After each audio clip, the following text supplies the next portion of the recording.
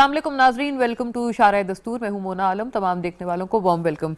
नाजरीन, वजीर आजम इमरान खान अपने तमाम तर वफ्द के हमरा वापस चीन से लौट चुके हैं 4 रोज़ा एक खासे हैपनिंग दौरे के बाद, जिसमें बहुत सारी चीज़ें उन्होंने एड्रेस की और काफ़ी सारे सरबराहान से उनकी मुलाकातें रहीं। चीन के साथ CPEC फेज़ 2 के हवाले से तफसीली तबादला ख्याल हुआ और इम्पोर्टेंटली मुश्तरका एलामिया भी इस हवाले से आ गया है, जिसमें CPEC फेज़ 2 के ऊपर भी तेजी से काम करने पर इत्तेफाक राय हुआ है।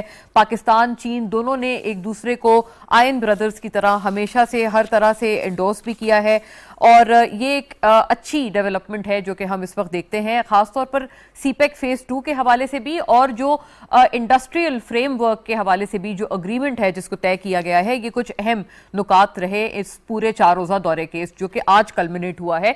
इस पूरे तनाजुर में नाजरीन ये बात भी करना इंपॉर्टेंट है कि एक तो CPEC के हवाले से इसमें काफ़ी अहम बातचीत रही, दूसरा सरमायाकारों को भी पाकिस्तान आने की दावत दी गई है और जो बताया जा रहा है इत्तलात के मुताबिक काफ़ी डाइवर्सिफाइड शोबों में कुछ सरमायाकार मौजूद हैं, बड़े सरमायाकार मौजूद हैं जो कि पाकिस्तान में सरमाया लाने की दिलचस्पी रखते हैं और इंडस्ट्रीज की रीलोकेशन के हवाले से भी इंपॉर्टेंट तबादला ख्याल हुआ। नाजरीन, इसमें इंपॉर्टेंट बात तो करना यह है, बाकी तो हम लोग ज़ाहिर है अपने मेहमानों से जानेंगे कि और दीगर क्या नुकात रहे, क्योंकि बताया जा रहा है कि रूस के साथ भी कुछ ब्रेक थ्रू हुआ है और एक्सपेक्ट किया जा सकता है कि इस मामले में कुछ इंपॉर्टेंट चीज़ें नजर आएं। जैसे कि जब पहला रोज था इस दौरे का तो हमारे प्रोग्राम में फॉरेन मिनिस्टर शाह महमूद कुरैशी ने पार्टिसिपेट किया था बीजिंग से, उनसे हमने बात की और उन्होंने हमें बताया था कि कुछ इंपॉर्टेंट पेशरफ्त रूस के हवाले से भी हो सकती है। आज भी कुछ ये खबरें मजीद पक्की होती हुई, मजीद पुख्ता होती हुई नजर आ रही हैं और कुछ ऐसा मालूम होता है कुछ इत्तलात के मुताबिक कि एक वजीर आजम इमरान खान का दौरा भी हो सकता है कि रूस की जानिब हो, लेकिन वंस अगेन ये फिलहाल इत्तलात हैं। तो नाजरीन, इसमें सिर्फ इंपॉर्टेंट बात करने की ये है कि पूरे इस दौरे के शुरुआत में ही जाहिर है कोई इख्तिलाफ रखना किसी भी हुकूमत से, किसी भी जमात से इख्तिलाफ किसी का भी हो सकता है, लेकिन एक सर्टन सेगमेंट की तरफ से हमने बहुत अनड्यू किस्म का क्रिटिसिज्म देखा जो कि किसी जमात या किसी फर्द के हवाले से क्रिटिसिज्म नहीं था, प्राइम मिनिस्टर के हवाले से क्रिटिसिज्म नहीं था। वो एग्जैक्टली अगर हम उसको ट्रांसलेट करें तो वो पाकिस्तान के ऊपर डायरेक्ट क्रिटिसिज्म था, वो भी जब इतना इंपॉर्टेंट दौरा एक अंडरवे हो। पहले बात ये शुरू की गई और इस हवाले से फेक न्यूज़ भी फैलाई गई कि जैसे प्रेसिडेंट शी जिनपिंग जो है वो मिलने आए थे नवाज शरीफ साहब को, जो साबिक वजीर आजम थे उनके साबिक दौर में, और फिर वो पता चला कि वो फेक न्यूज़ थी क्योंकि वो जो तस्वीरें इस हवाले से वायरल की गई थी वो यहाँ इस्लामाबाद एयरपोर्ट की थी। फिर उसके बाद सेकेंडली जो बहुत बड़ी तनकीद हमने देखी वो ये थी कि क्योंकि कोविड SOPs बहुत सख्त हैं चीन में तो ज़्यादातर मीटिंग हो रही थी, तो इसके ऊपर भी बात की गई कि अगर ऑनलाइन मीटिंग्स ही करनी थी तो यही सर्टन सेगमेंट जो है वो ये कहता हुआ नजर आया, शोर करता हुआ नजर आया कि ये ऑनलाइन मीटिंग्स तो पाकिस्तान से ही हो सकती थी, लेकिन उसकी भी नफी हो गई क्योंकि प्राइम मिनिस्टर से और प्रेसिडेंट से चीन के वजीर आजम इमरान खान ने मुलाकातें की। और आज की जो बहुत इंपॉर्टेंट मुलाकात थी वजीर आजम इमरान खान और प्रेसिडेंट शी जिनपिंग की, उसके हवाले से भी यही सर्टन सेगमेंट नजर आया, ये बात करते हुए कि उसकी तस्वीर जारी नहीं हुई, लेकिन फिर उसके कुछ देर बाद ये देखा कि तस्वीर भी बाकायदा जारी हुई और इसकी जो वीडियो फुटेज है वो भी सामने आई। एक अनड्यू किस्म का क्रिटिसिज्म नाजरीन, इसके ऊपर ख्याल रखना चाहिए क्योंकि इवन ऑपोजिशन के जो रिस्पॉन्सिबल लीडर्स हैं वो भी इस किस्म की बात नहीं करते हैं, क्योंकि किसी फर्द की या जमात की जानिब नहीं होता। ये तमाम तरह इस किस्म की जो बातें होती हैं वो दरअसल पाकिस्तान के ऊपर आप जाने अनजाने में ये इंटेंशनली और इंटेंशनली आप पाकिस्तान के ऊपर एक ज़र्ब लगा रहे होते हैं, तो one must be very watchful of this. खैर, ये जो फुटेज है जैसे आप देख सकते हैं अपने स्क्रीन्स पर, फिर उसके बाद जारी भी की गई, तो इस तमाम अहवाल पे हम बात करेंगे अपने पहले सेगमेंट के तहत। मीन कर रहे हैं एम्बेसडर मोइनुल हक साहब, पाकिस्तानी सफ़ीर हैं आप इन चाइना। बहुत शुक्रिया आपका एम्बेसडर साहब, थैंक यू, आपने हमें ऑनलाइन ज्वाइन किया है, he is over the phone with us. और नाजरीन, डॉक्टर आबिद सुलेरी मुझे ज्वाइन कर रहे हैं, माहिर मुआशियात, और बजरिया स्काइप आप हमारे साथ हैं। सिंस इकोनॉमिक और फाइनेंस पर्सपेक्टिव्स में ये इंपॉर्टेंट रहा है काफ़ी दौरा, तो आपसे हम रेलिवेंटली जानेंगे। थैंक यू डॉक्टर साहब। बात का आगाज मैं एम्बेसडर साहब आपसे करूंगी। How do you see this, आपका इस पे क्या एक कल्मिनेट करते हुए हम इस दौरे को किस तरह से परसीव करें, और क्या ये रीसाउंडिंग रहेगा जैसे जो रूस के हवाले से भी कुछ इत्तलात आ रही हैं और चीन के फेज़ 2 जो हमारा जो CPEC के साथ शुरू होने वाला है, क्या आपको लगता है कि ये चीजें कुछ मजीद पेसअप कर पाएंगी इस पूरे दौरे के बाद? जी बहुत बहुत शुक्रिया। आपने सही अपने तज़किये में कहा कि ये एक बहुत ही अहम दौरा था जिसमें जो दोनों मुल्कों की आहन दोस्ती है तो रीअफर्म किया गया हमारी ऑल वेदर पार्टनरशिप है उसको भी पूरी तरह से हाईलाइट किया है। ये जो प्राइम मिनिस्टर का इसका जो कॉन्टेक्स्ट था वो आप देखती हैं, स्पेशल इन्विटेशन था चाइनीज लीडरशिप की तरफ से, ये जो बीजिंग में जो विंटर ओलंपिक्स हो रहे हैं उसको वो अटेंड करें। उनके अलावा बहुत सारे मुल्क के और भी सरबराहान को मदद किया गया था, लेकिन पाकिस्तान के साथ चीन की दोस्ती है और के पूरी दुनिया से काफी ममालिक से डिप्लोमेटिक बाइकआउट का हो रहा था, तो पाकिस्तान इस मौके पर चीन के साथ खड़ा हुआ, जिसको चीन में की क़यादत ने अवाम ने पूरी तरह से, तो ये कोई इस तरह से आप देखा जाए तो ये बायलैटरल विजिट नहीं था, लेकिन फिर भी हमने दोनों ममालिक ने इस मौके से पूरा फायदा उठाया कि टाइम 2 साल के बाद चीन आ रहे थे, तो उसमें अहम मुलाकातें हुई बेतन शी से, प्रीमियर ली से, और इसके अलावा जैसे आपने खुद कहा कि ये एक बड़ा अनप्रेसिडेंटेड विजिट था कि प्राइम मिनिस्टर ने पहली दफा 20 से जायद चाइनीज बड़ी बड़ी जो स्टेट ओन मेगा इंटरप्राइजेस हैं एंड प्राइवेट इंटरप्राइजेस, उनके साथ 1-on-1 मीटिंग्स थी। इन लोगों ने ये कंपनियां जो हैं अपने अपने शोबे में, सेक्टर्स में दुनिया में बड़ा बड़ा नाम है इनका, बड़ी इनकी स्टैंडिंग्स हैं, और इन्होंने प्राइम मिनिस्टर को ना सिर्फ अपने जो एग्जिस्टिंग बहुत सारे पाकिस्तान में काम कर रहे हैं बड़ी मेजर प्रोजेक्ट इंफ्रास्ट्रक्चर के, एनर्जी के इन्होंने किए हैं, बल्कि नई कंपनीज भी आई जिन्होंने अपने नए प्रपोजल किए, नए प्रोजेक्ट्स दिए। प्राइम मिनिस्टर ने पूरी यकीन दहानी कराई। सारे मिनिस्टर्स, आपको पता है कि टॉप कैबिनेट गई हुई थी, फॉरेन मिनिस्टर थे, फाइनेंस मिनिस्टर थे, प्लानिंग मिनिस्टर थे, एडवाइजर टू कॉमर्स के थे, और इंफॉर्मेशन मिनिस्टर थे, सीपेक चेयरमैन के, अथॉरिटी के चेयरमैन थे। प्राइम मिनिस्टर ने सबको कहा कि जितने प्रोजेक्ट्स हैं, जितनी इंटरेस्ट है इन्होंने शो किया, इनको आपने पूरी तरह मदद करनी है, फैसिलिटेट करना है, और अब इसको फॉलो अप करना है। मोना साहबा, बहुत अहम प्रोजेक्ट के बारे में बात की गई जो कि मुझे उम्मीद है कि इन पे अगर हम मिल के सब फॉलो अप करेंगे तो $billion की FDI पाकिस्तान में इंशाल्लाह आएगी। इंशाल्लाह ये काफी प्रॉमिसिंग है। और एम्बेसडर साहब, जरा इसके जो जियो स्ट्रेटेजिक व्यू पॉइंट्स हैं वो भी आपसे गैदर करती हूँ, लेकिन मैं let me go across to doctor Abid Suleri first, ताकि उनका भी एक व्यू इस पे आ जाए। आबिद साहब, ये फरमाइएगा कि इम्पोर्टेंटली ये मईशत के हवाले से काफी इंपॉर्टेंट दौरा था। आपको पता है इसके शुरू होने से पहले कुछ ऐसी इत्तलात सामने आ रही थी कि कोई लोन वगैरह पाकिस्तान सीक कर रहा है, फिर उसका एक रीबटल आया, हमने देखा। इस हवाले से आपके पास क्या इत्तला है?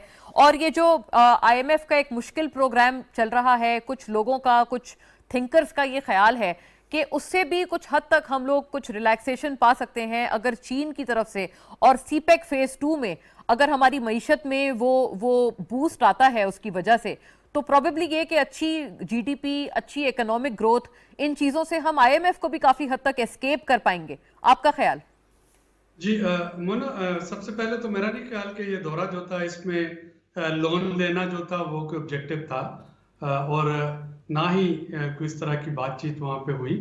असल चीज़ जो थी वो आपके पास सीपेक के बाद अब सीपेक फेज 2 यानी उसको कैपिटलाइज करना।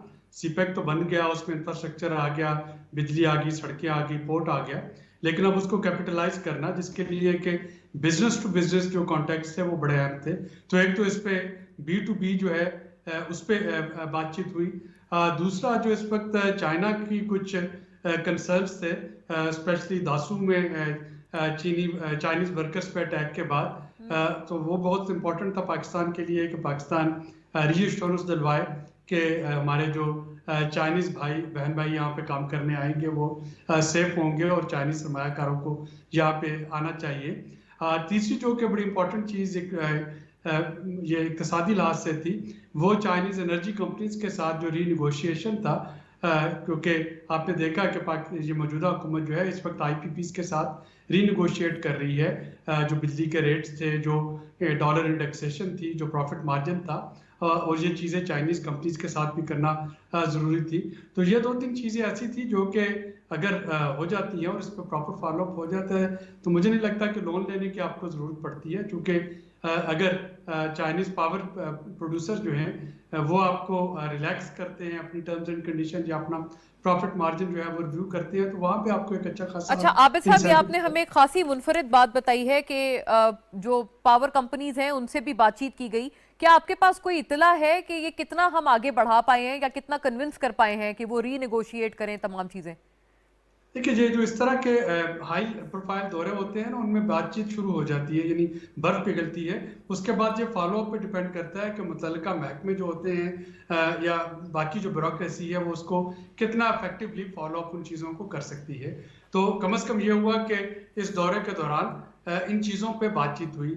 मेरे पास ये इंफॉर्मेशन भी है कि प्राइम मिनिस्टर ने जो पाकिस्तान में जो चाइना में जो बच्चे गए थे हमारे पीएचडीज करने पोस्ट ग्रेजुएशन के लिए, जो कि पाकिस्तान में स्ट्रक हैं पिछले 2 सालों से, तो उनके बारे में भी बात की। अगेन मुझे नहीं पता कि उसका आउटपुट क्या निकलता है। जाहिर है चाइना का एक अपना जीरो कोविड पॉलिसी है और उनका जो लॉकडाउन है वो काफ़ी स्ट्रिक्ट है, लेकिन प्राइम मिनिस्टर ने कम से कम ये कंसर्न जो है वहाँ पे रेज किया इन यंगस्टर्स के फ्यूचर के बारे में कि हमारे स्टूडेंट्स जो हैं वो जो कि चाइना में एनरोल थे पिछले 2 साल से वो पाकिस्तान में स्ट्रक हैं, तो उनके बारे में कुछ सोचा जाए। इसी तरीके से जो रशियन प्रेसिडेंट की वहाँ पे मौजूदगी और जिसकी तरफ फॉरेन मिनिस्टर ने इशारा दिया था, देखिए सीपैक फेज 2 जो है वो सारा डिपेंड कर रहा है इस वक्त अफगानिस्तान के वे फॉरवर्ड पे के वो कैसे अनफोल्ड होता है, और उसमें पाकिस्तान, चाइना और रशिया इन 3 ममालिक का एक पेज पे आना बहुत इंपॉर्टेंट है कि अगर ये तीनों ताकतें मिलके को वे फॉरवर्ड अफगान हुकूमत के साथ तय करती हैं तो फिर सीपैक फेज 2 में सेंट्रल एशिया तक पहुंचना बहुत आसान हो जाएगा।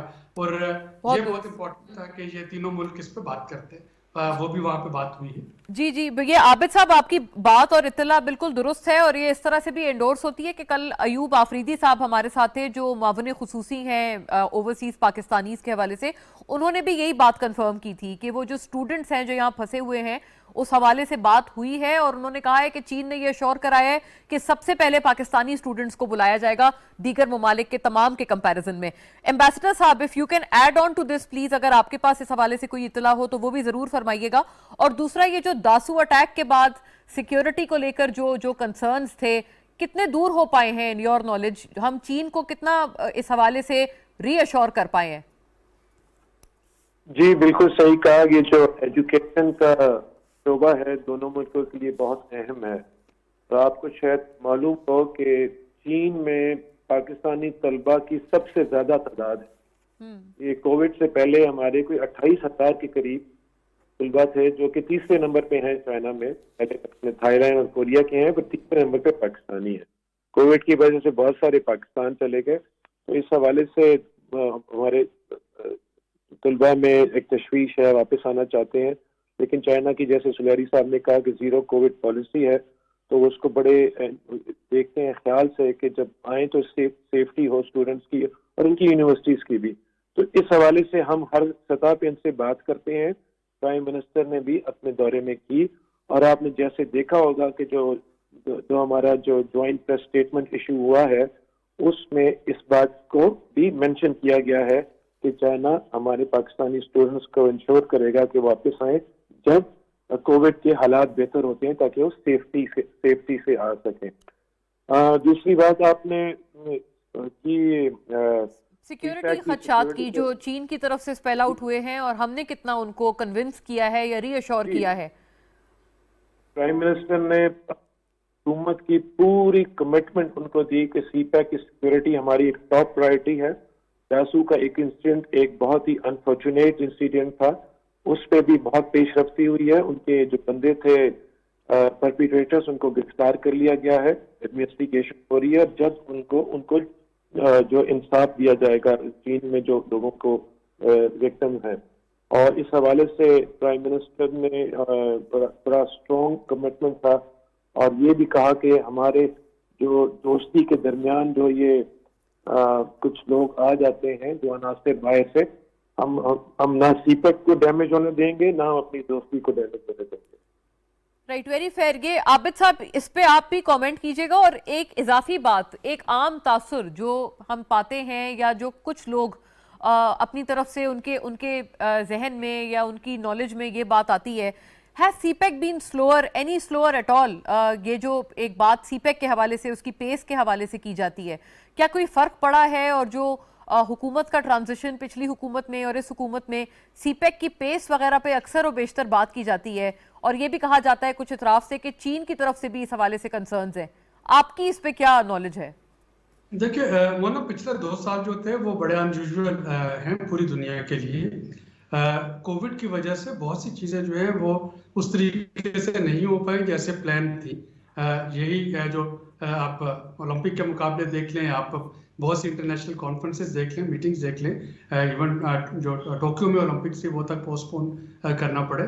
तो ऐसे में सीपेक पे काम जो है वो जाहिर है कि मुतासर हुआ, लेकिन वो इसलिए मुतासर नहीं हुआ कि हुकूमत पाकिस्तान या हुकूमत चाइना इनके दरमियान कुछ सरमाहरी आ गई थी, बल्कि वो इसलिए मुतासर हुआ कि चाइना, जैसा कि हम पहले बात कर रहे हैं, वो 1.25 बिलियन पॉपुलेशन के साथ एक जीरो कोविड पॉलिसी पे है। आपने देखा कि वहाँ पे जिन सूबों में कोई एक केस भी आता है, पूरा का पूरा सूबा लॉकडाउन हो जाता है। तो ऐसे में जबकि चाइना से पाकिस्तान किसी का आना या पाकिस्तान से चाइना का जाना वो पिछले 2 साल नामुमकिन हुआ पड़ा था। तो फितरी अमल था कि सीपेक के बहुत से मंसूबे जो थे वो स्लो डाउन होना थे, लेकिन उसमें जो अफगानिस्तान की सिचुएशन है उसको भी आप इग्नोर नहीं कर सकते। ग्वादर बंदरगाह बन गई, लेकिन अब ग्वादर जो है वो एक ट्रांसशिपमेंट पोर्ट है, वहां से चीज़ें कहाँ जाएंगी? या वो ईरान जाएंगी या वो अफगानिस्तान के रास्ते सेंट्रल एशिया में जाएंगी। ईरान जो है वो यूरोपीय ममालिक के सैंक्शंस के अंडर है, तो उसके बाद फिर आपके पास अफगानिस्तान नहीं रह जाता है। और अफगानिस्तान में एक निस्बतन बेहतर जो मैं बेहतर कोट एंड कोट कह रहा हूँ कि जिनका पाकिस्तान के बारे में एक कदरे सॉफ्ट कॉर्नर है, उस रजीम के आने के बाद अब वहाँ पे थोड़ी सी स्टेबिलिटी दरकार है। अगर वो स्टेबिलिटी उसको मिल जाती है तो फिर आप देखेंगे कि सीपेक की फेज 2 जो है उस पर काम होना ऑटोमेटिकली शुरू हो जाएगा। तीसरी जो इम्पोर्टेंट चीज़ सीपेक में थी फेज 2 में, वो एग्रीकल्चर से वाबस्ता थी। और एग्रीकल्चर से वाबस्ता जो क्वारंटाइन आम हालात में अगर आप देखें तो उसकी जो क्वारंटाइन रूल्स होते हैं कि कहीं पे कोई पेस्ट ना चली जाए, खाने पीने की चीज़ों में कोई डिजीज ना चली जाए, तो वो कोविड के बाद तो और ज़्यादा वो स्ट्रिक्ट हो गई। तो जाहिर है कि एग्रीकल्चर पे उस तरीके से काम नहीं हो पाया। लेकिन इसका जो मेजर जो ब्लेम है वो मैं कोविड सिचुएशन को दूंगा, ना कि ये कहा जाए कि पाकिस्तान या चाइना हुकूमत के दरमियान में कोई लैक ऑफ ट्रस्ट आ गया था। यानी कि आप ये डिस्पेल कर रहे हैं एम्बेसडर मोइनुल हक कि अफगानिस्तान की सिचुएशन एक खासा इंटरेस्टिंग फैक्टर है, और जब हम खित्ते के हवाले से बात करते हैं तो ये काफ़ी इन प्ले है। जॉइंट एलामिये में ये बात की गई है, जो कि हमने इससे पहले भी कई मरतबा पाकिस्तान की तरफ से भी चीन की तरफ से भी सुनी है, कि इंटरनेशनल कम्युनिटी अपना रोल अदा करे। इस हवाले से क्या कोई इसके अलावा चीज़ हो सकती है? क्योंकि आपको पता है the west has a very particular policy on Afghanistan, और वो अभी तक हमें कहीं दूर दूर तक नजर नहीं आते हैं कि रिकग्निशन के करीब हों या किसी तरह की भी लीनियंसी देने के करीब हों। ऐसे में पाकिस्तान और चीन क्या कुछ कर सकते हैं इन योर व्यू? जी, पाकिस्तान और चीन ने जब से ये अफगानिस्तान के अगस्त जो 15 का जो टेक ओवर था तालिबान का, उसके बाद से बहुत ही क्लोज उनके दरमियान ताउन रहा है। आपको मालूम होगा कि हमारी दोनों मुल्कों की कोशिशों से जो एक रीजनल मैकेनिज्म छः जो हमसाया मुल्क हैं अफगानिस्तान के, उनका एक रीजनल मैकेनिज्म उसको इस्टेब्लिश किया गया था। उसके पीछे यही कॉन्सेप्ट था कि जो रीजन है अब वो इस मसले की ओनरशिप ले, ना ये ना हो कि बाहर से हमें डिक्टेट किया जाए। तो उसकी जो पहली मीटिंग थी इस 6 नेबरिंग कंट्रीज के मैकेनिज्म की, वो पाकिस्तान ने सितंबर में उसको होस्ट किया था। दूसरी मीटिंग ईरान ने की। अब तीसरी मीटिंग इसकी होने जा रही है चीन में, जो कि मार्च के आखिर में होगी। शाह महमूद कुरैशी साहब जो फॉरेन मिनिस्टर ने अपने हम मनसब से मुलाकात की इस दौरे के दौरान भी, और उन्होंने वांगी साहब ने इनको इनवाइट कर लिया है कि ये आए और उस जो कॉन्फ्रेंस होगी ये 6 मुल्कों की, उसमें पार्टिसिपेट करें।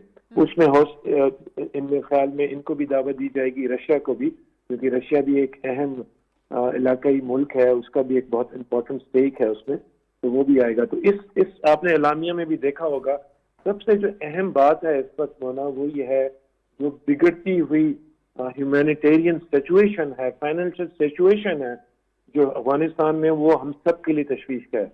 तो बात इवन प्राइम मिनिस्टर ने बड़े क्लियरली अपने 2-3 मीडिया इंटरव्यूज में भी कहा कि वेस्ट को उन्होंने को कहा कि आप डिफ्रेंशिएट कीजिए तालिबान के दरमियान और अफगान की अवाम के दरमियान। अफगान की अवाम जो है उसको प्लीज आप इस मुश्किल हालात में ना छोड़ें। बहुत जायज बात है जी।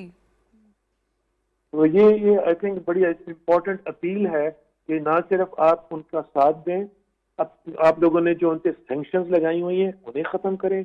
आपने उनके जो एसेट्स फ्रोज किए हुए हैं जिसकी मेरे ख्याल में कोई जवाब नहीं बनता, आप उनको अनफ्रीज करें। तो ये एक अहम दोनों मुल्कों का बड़ा पुरजोर अपील है इंटरनेशनल कम्युनिटी को, और इंशाल्लाह ये जब कॉन्फ्रेंस होती है उसमें भी ये 6 मुल्क मिलके एक आवाज मिलकर बनकर एक रीजन की आवाज होगी अफगानिस्तान के लिए और उनकी आवाम के लिए।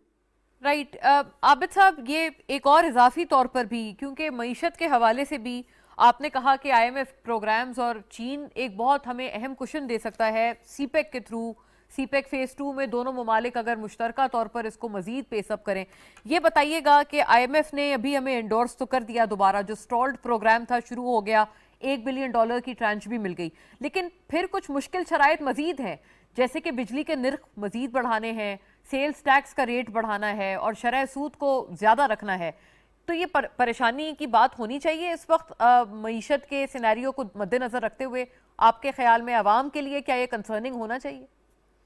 देखिए मोना, इसकी जो शॉर्ट टर्म इम्पैक्ट्स हैं वो तो जाहिर हैं। इसको आप यूँ ही समझ लीजिए कि जब आप कोई ट्रीटमेंट लेते हैं, कोई सर्जरी होती है तो उसकी पेन तो होती है, लेकिन मीडियम टू लॉन्ग टर्म जो है यही वे फॉरवर्ड है।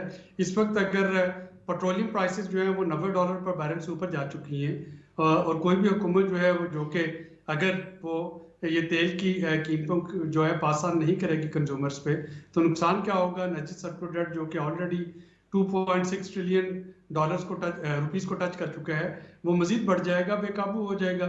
इसी तरीके से अगर आप इनकम टैक्स जो है उसको एक स्टैंडर्डाइज नहीं करते, या आप स्टेट ओन्ड एंटरप्राइजेस जो हैं उसको लॉस में रहने देते हैं, तो बुनियादी तौर पे हम वो पैसे जो कि अवाम की फलाह बहबूद पे लग सकते हैं वो रेलवेज में डाल रहे हैं, वो PIA को दे रहे हैं, वो स्टील मिल को दे रहे हैं, या वो बाकी लॉस मेकिंग एंटरप्राइजेस को दे रहे हैं। हैविंग सेड इट, इसका जो शॉर्ट टर्म इम्पैक्ट है वो जाहिर है कि इन्फ्लेटरी होगा, पिंच करेगा। उसके लिए हुकूमत जो है वो कोशिश कर रही है टारगेटेड सब्सिडीज की तरफ जाने की, या जो रोजगार के मौके हैं वो पैदा करने की। लेकिन in the medium to long run अगर मौजूदा हुकूमत लेट्स से कि चूंकि इलेक्शन ईयर है ये नहीं भी करती, तो जो भी पार्टी अगले इलेक्शन के बाद हुकूमत में आएगी, PTI आए या कोई और आए, उसको उन चीज़ों को करना पड़ेगा, अदरवाइज ये अनसस्टेनेबल हो जाएगा। और एक अनसस्टेनेबल इकॉनमी को लेके आप ज़्यादा देर तक मामलात ज़िंदगी जो है वो नहीं चला सकते। राइट, यानी आप कह रहे हैं कि हुकूमत इसको ऑफसेट करने की अपनी तरफ से कोशिश कर रही है। लास्ट कमेंट्स अगर मैं गैदर कर लूँ, एम्बेसडर साहब आई डोंट थिंक कि हमारे साथ इस वक्त हैं कनेक्टेड। राइट, आखिरी आपका कोई कमेंट आबिद साहब इस हवाले से हो, कोई आप इसका प्रोस्पेक्ट बताना चाहते हो तो मुख्तसर बताइएगा। मैं सिर्फ ये कहना चाह रहा हूँ कि इस वक्त कोविड के दौरान मुल्क जो है वो स्टैगफ्लेशन का शिकार है। स्टैगफ्लेशन वो होती है जिसमें ग्रोथ भी नहीं होती और महंगाई भी बहुत ज्यादा होती है। पाकिस्तान में खुदा का शुक्र है कि ग्रोथ हो रही है, महंगाई है उससे इनकार नहीं, लेकिन ग्रोथ हो रही है जिसकी वजह से लोगों को रोजगार के मौके मिल रहे हैं, लोगों के लिए हुकूमत के पास से कुशन आ रहा है कि वो सोशल सेफ्टी नेट मुहैया कर सके। तो हमें पूरी दुनिया के साथ चलना है। बस ये आने वाले बजट में कोई सैलरीड क्लास को हुकूमत, जो खास तौर पे तनख्वाहदार तबका है या जो पेंशनर्स हैं, उनके लिए कोई हुकूमत रिलीफ का बंदोबस्त करे, इस किस्म की कोई चीज? मेरा ख्याल है कि जो मिनिमम वेजेस है वो बढ़ाई जा रही होंगी, जो पेंशन है वो भी बढ़ाई जा रही होगी, लेकिन उसके साथ जो इनकम टैक्स स्लैब्स हैं शायद उनको भी कम किया जा रहा हो, रेट कम करके स्लैब कम किया जा रहा होगा। तो ये दो चीज़ें पैरेलल चल रही होंगी। उसमें कुछ लोग जो है ज़ाहिर उनको उसका पिंच महसूस होगा, लेकिन जो आपके लोअर मिडिल इनकम अर्नर हैं उनको प्रोटेक्ट करने की कोशिश की जा रही होगी अगले budget. Right, and that should be the key. Thank you to doctor Abid Suleri, ambassador Moinul Haq हमारे साथ इस सेगमेंट में मौजूद थे। एक ब्रेक के बाद वापस आते हैं और अगले सेगमेंट का रुख करते हैं। Stay with us.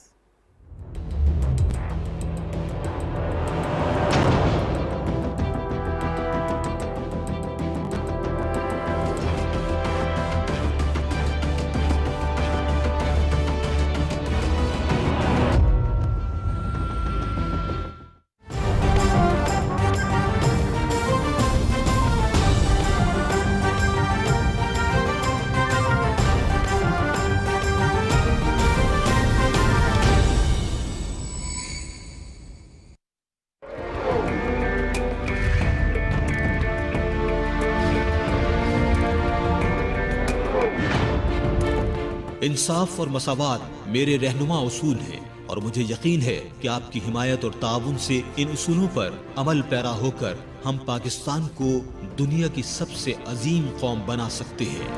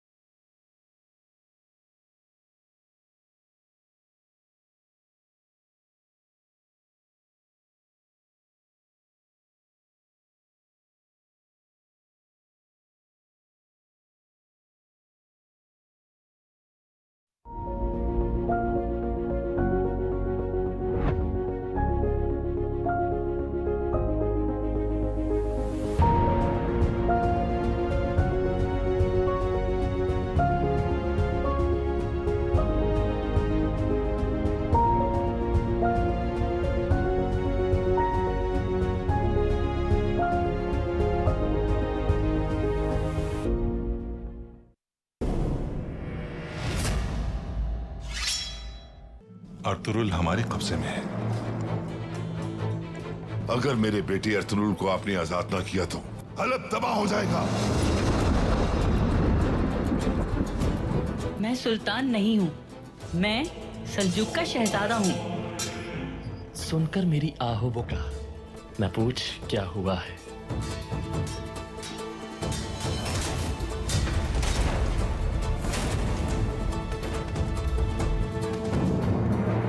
मेरी गर्दन पर तलवार रखने वाला इस महल से जिंदा वापस नहीं जा सकता। आखिरी बार कलमा पढ़ लो। मैं चाहती हूँ सुलेमान शाह जल्द ही मुझे खून में तड़पता हुआ नजर आए।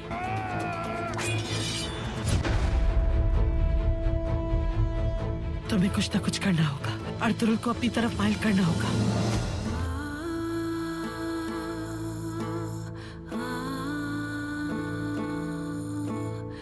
हमारी शादी हलब के सोगवार माहौल में खुशियां ही खुशियां ले आएगी।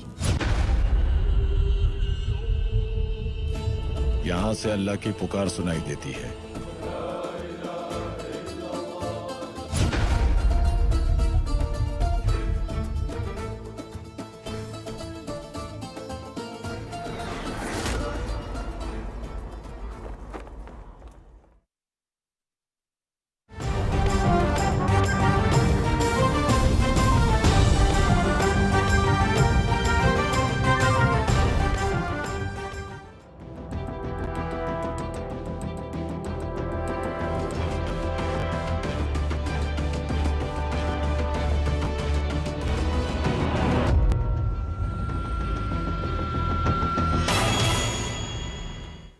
वेलकम बैक नाजरीन। अगले सेगमेंट के साथ आपके सामने हाजिर हैं।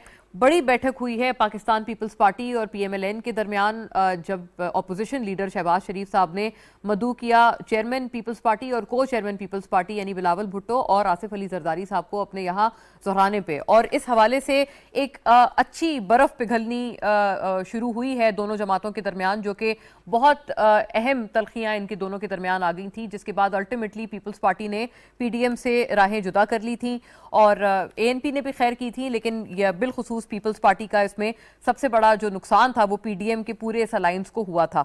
अब इस पूरी बैठक के बाद नाजरीन इंपॉर्टेंटली हम ये देखते हैं कि काफ़ी हद तक आइस मेल्टिंग हुई है, कुछ बातों पर तबादला ख्याल हुआ है, और ख़ास तौर पर जो तहरीक अदम एतमाद की बात है वो एक किस्सा दोबारा से छिड़ा है।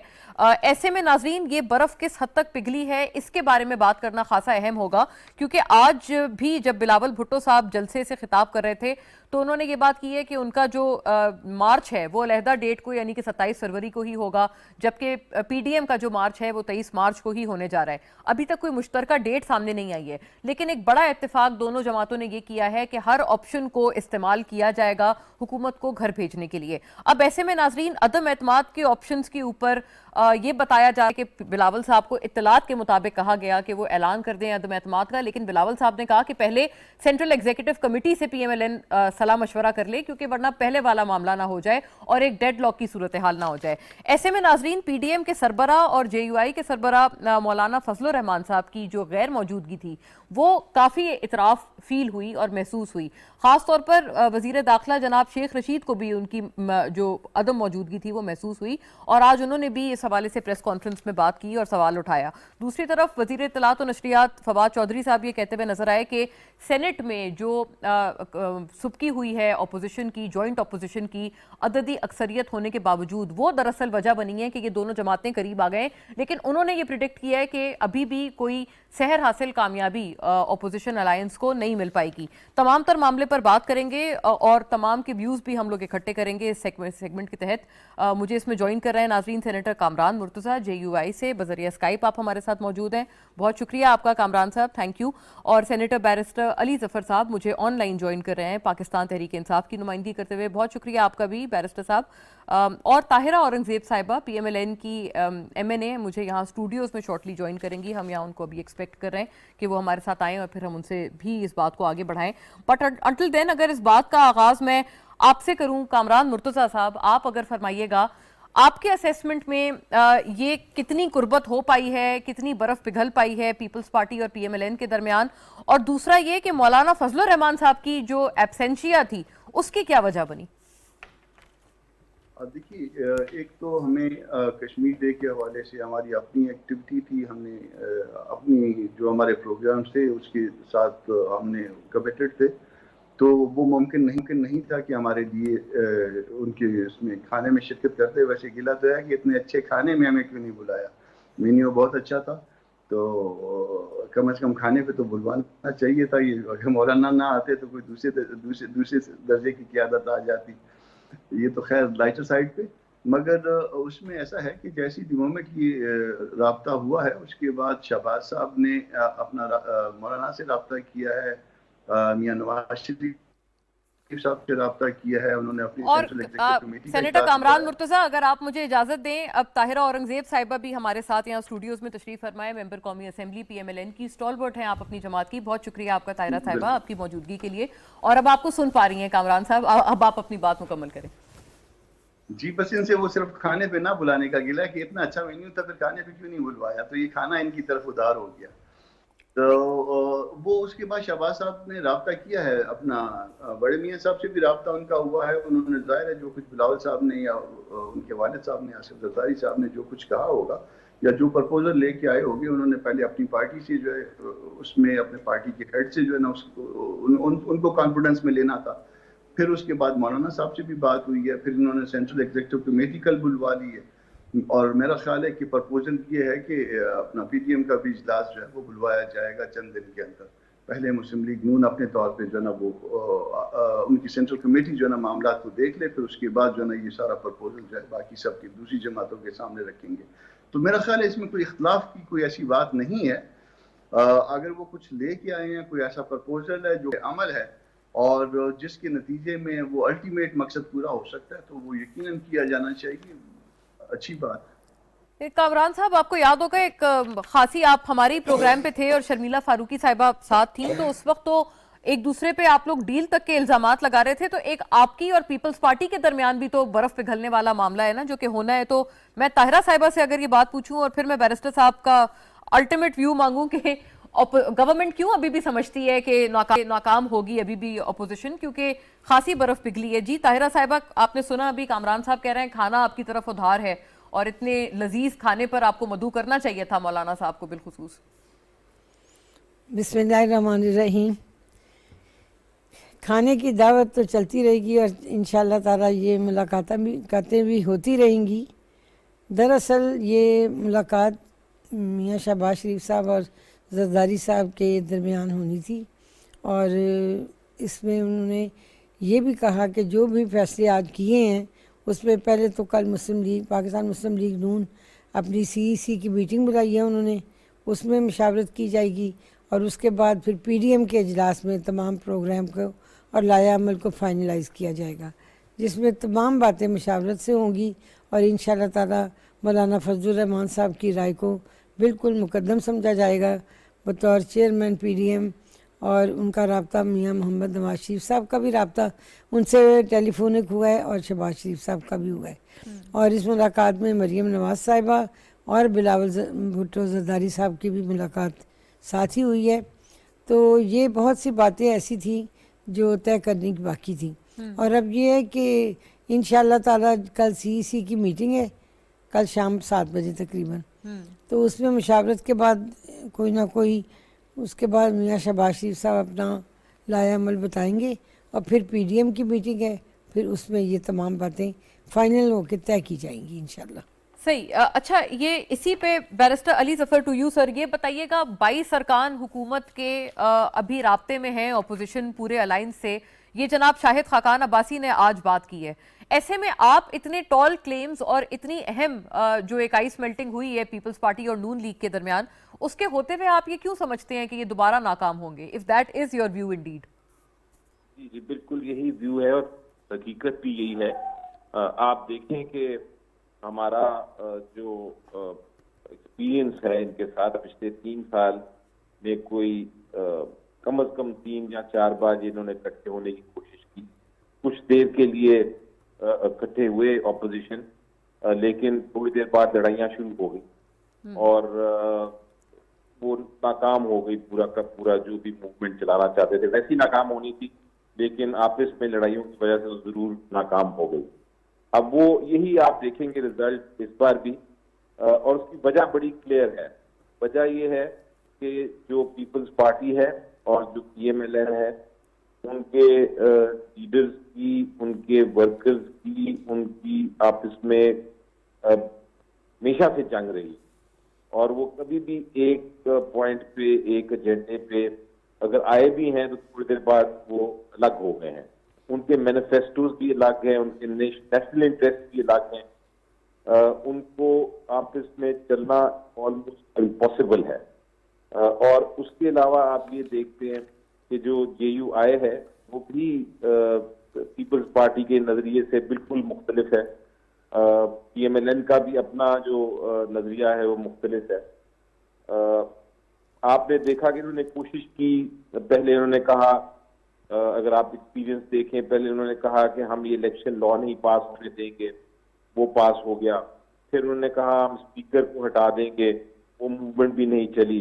फिर उन्होंने कहा हम चेयरमैन सेनेट का इलेक्ट कर लेंगे, वो भी नहीं इलेक्ट कर सके। फिर उन्होंने कहा कि हम इस तरह करते हैं कि स्टेट बैंक ऑफ पाकिस्तान का जो कानून है उसको हम नहीं होने देंगे, बिल्कुल नहीं होने देंगे। वो भी अभी आपने देखा सेनेट में हो गया, हालांकि वहां उनकी अक्सरियत थी ऑपोजिशन की। तो हमें कोई ओवरऑल एक्सपीरियंस हमारा हुआ है पिछले 3 साल में, किसी किस्म का कोई खौफ नहीं और इसमें कोई शक ही नहीं है ये इनकी जो सो कॉल्ड इत्तेहाद है अगर होने जा रहा है, ये अगर हो भी गया तो ये कुछ देर बाद खत्म हो जाएगा। अब आपने बात की कि कुछ लोग, आपने कहा कि 22 लोग, ये शाहिद खाकान अब्बासी साहब का स्टेटमेंट है आज। जी, ये स्टेटमेंट जो है ये आप हर 15 दिन बाद सुनती हो। कोई ना कोई लीडर जो है वो जरूर लेकिन अली जफर साहब, अगर मैं आपसे अर्ज कर पाऊं, ये ऑपोजिशन आपको ये कहते हैं कि अगर मुख्तलिफ बयानिए होने के बावजूद आप भी तो अपने इत्तेहादियों के साथ गवर्नमेंट में हैं, तो ऑपोजिशन क्यों नहीं मुख्तलिफ बयानियों के बावजूद एक पॉइंट पर इकट्ठे हो सकते? देखें, बिल्कुल हो सकते होंगे एक पॉइंट पे, लेकिन ये वाली ऑपोजिशन नहीं। अच्छा, क्योंकि इनका आपस में, जिस तरह मैंने कहा ना कि बिल्कुल ही 360 डिग्रीज मुख्तलिफ इनके नजरियात हैं, मैनिफेस्टोज हैं। वर्कर्स आपस में बैठ नहीं सकते, लीडर्स आपस में बैठ नहीं सकते।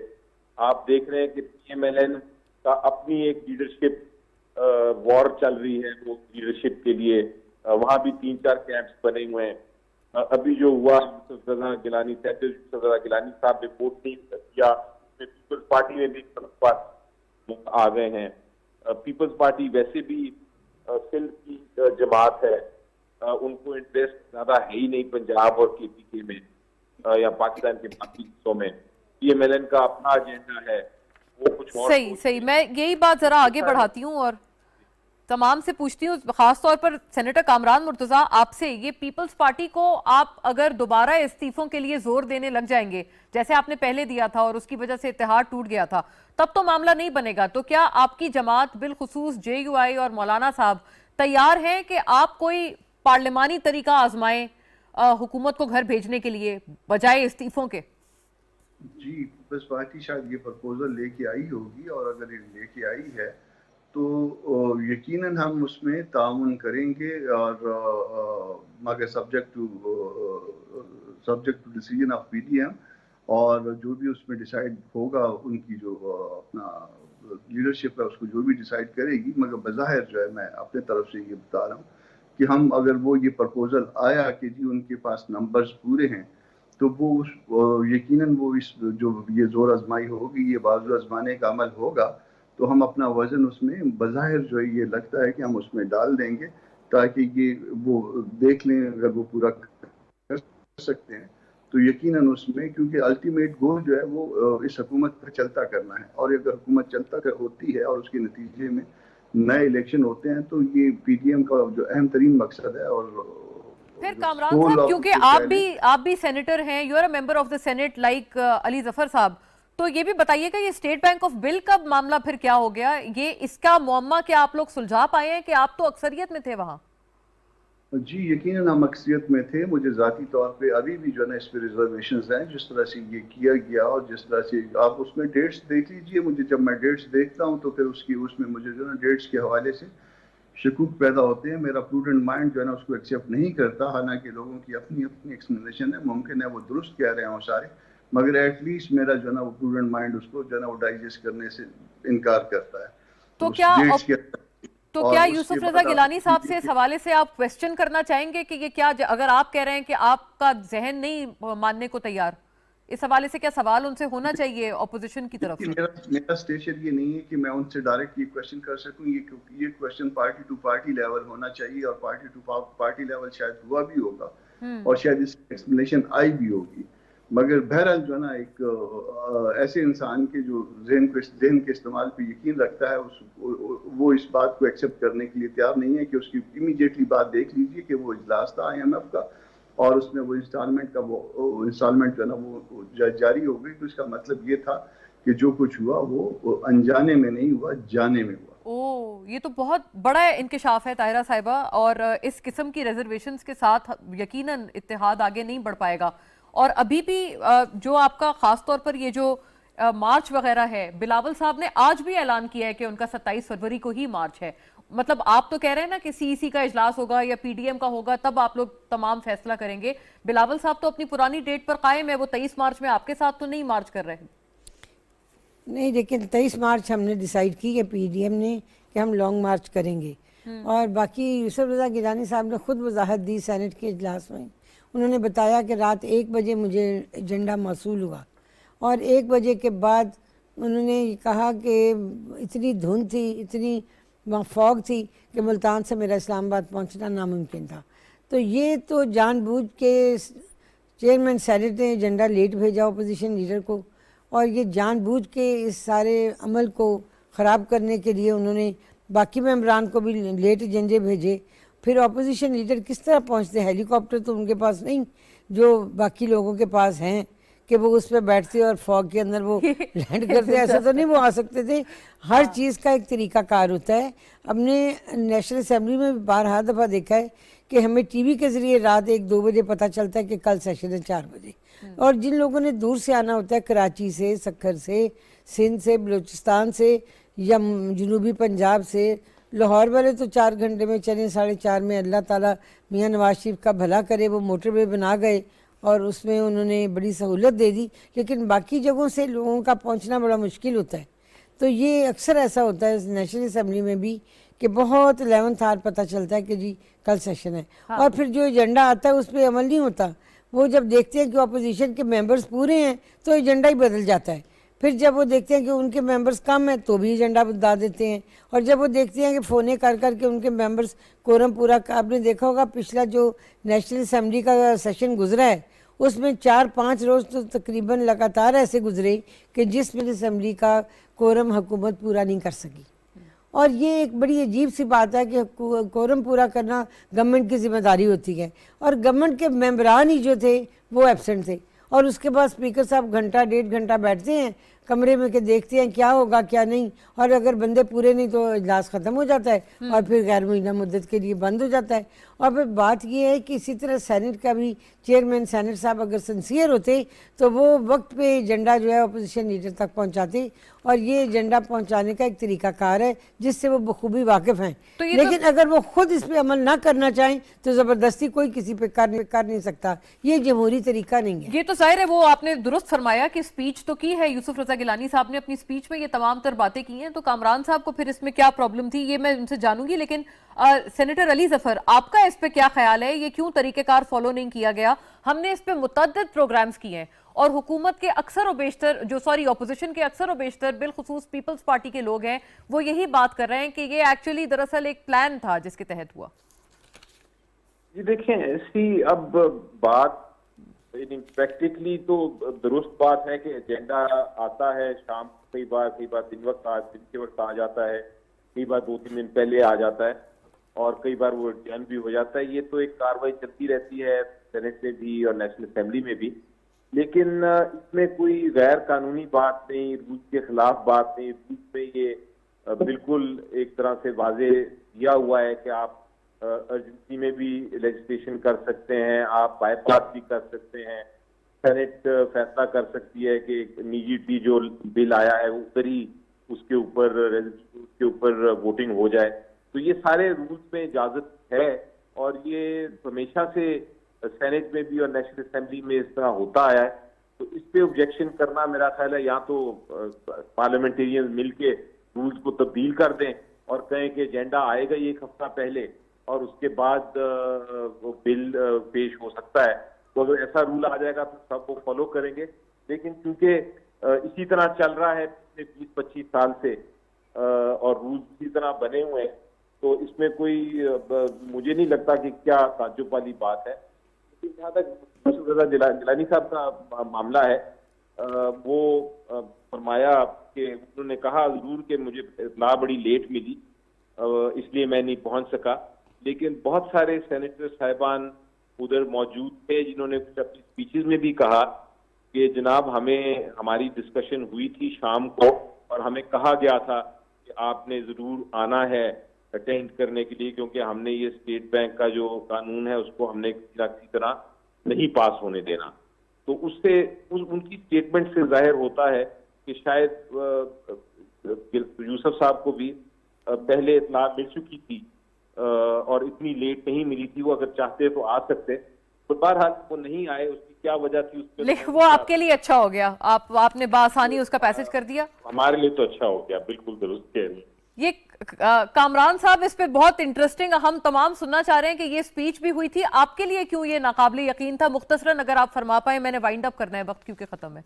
जी मुझे ये असर और मगरिब के दरमियान जो है ये हमें शक था और मुझे भी इस शक के हवाले से कि ये लाएंगे, मुझे भी इसकी इत्तला थी। हमारे कुछ साथी बाहर थे, हैदरी साहब सांगड़ में थे, उनको सांगड़ इत्तला दी गई, वो सांगड़ से आ गए।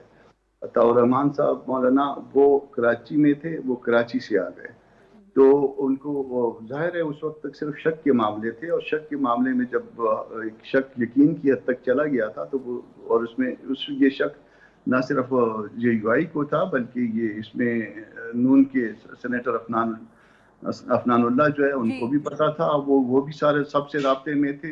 इसी तरह शरी रहमान साहबा भी जो है ना वो राब्ते में थी। तो यानी कि ये तमाम वो लोग थे जिन्होंने they made it to the session. Tahira साहिबा, आपका लास्ट जुमला, आप मुझसे कुछ अर्ज कर रही थी, आप फरमा रही थी, आप अपनी बात कर लें ताकि मैं वाइंड अप करूं। फिर जी मैं ये अर्ज कर रही थी कि तला महमूद साहब भी एबसेंट थे, मुशाहिद हुसैन सैयद तो कोविड की वजह से नहीं आ सके, हमारी नुज़रत आमिर साहिबा कनाडा गई थी, उनकी ज़ाती मसरूफियात थी, वो नहीं पहुंच सकती थी।